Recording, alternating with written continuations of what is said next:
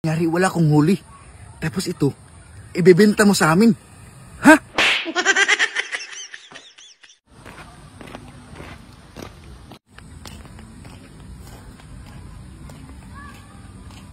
Boss! Nakahuli ka na naman, boss? No, ito. Oh, ba't parang malungkot ka? Paano kasi? Isa lang yung huli ko. Eh, may babayaran kasi akong utang eh. Yung pinagbintahan yan, yun yung iba sa utang mo. Yun na nga mahirap eh. E paano ako makakadiskarte? Eh, didiretso to sa asawa ko. Nahuhuli kasi ako lagi. Eh, maganda sana kung 2-3 yun. Yung isa, iiwan ko dun. Ibibenta dun sa kuhan, sa iba. Tapos yung 2, dadalhin sa asawa ko. Eh, ito, didiretso sa asawa ko. Ayun lang. Kaya nga eh, naniningil pa naman yung tindahan. Ano bang utang na yun? Tuba. Para si Uncle, napatagi kami noong nakarang linggo. Ay, yan, sabi ko sa'yo, adjust ka muna eh. Si Uncle kasi, yung takasalak. Sige. Dito na ako. Gugutom na ako. Pero, tika lang, may naisip ako eh. Uy, boss, ano naman yan, boss? Ganito, tulungan mo ako. Kunyari, wala akong huli. Tapos ito, ibebenta mo sa amin. Ha?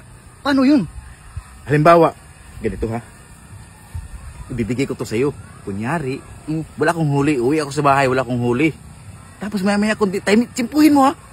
Dadaan ka sa bahay, mag-aalok kang sisigsigaw ka, isda. Tapos, boss? Hindi nga, di ba wala akong huli? Bibihin ngayon ng asawa ko. Sasabihin ko, bilhin mo na lang yan. Kasi wala tayong ulam.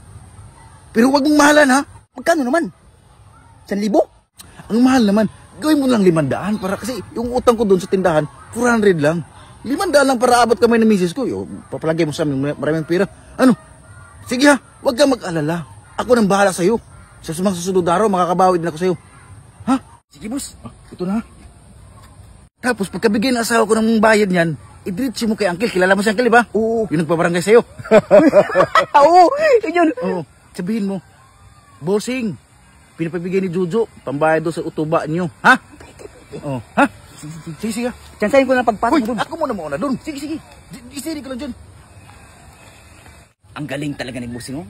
Ang sarap naging katulad mo, Busing, mautak.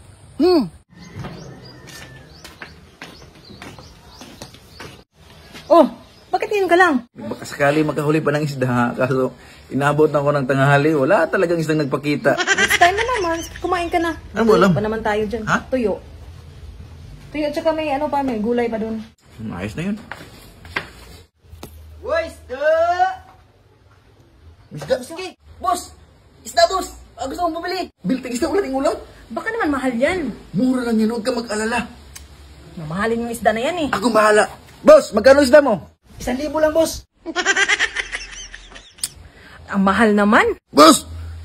Wala ba tawad yan? Sige, boss. 500 na lang. Ha? Sabi sa'yo, mura eh. Di boss, dito. Dali mo dito. Uy, ang galing ha. 50% agad. Siyempre, ako pa. Boss, halika dito, boss. Boss, ito na, boss, oh. Saan mo sariwa, boss? Uy, bayaran mo na. Sige. O, ito Mama. oh. Sige, thank you, ha. Hoy! Oo. Oh, ha? Sa sunod na, may isda ka pa, ha? Kaya ako dyan. Oh! Okay, thank you. Ang galing talaga ni Boski. Parang si Kinelbing. Galing lumusog.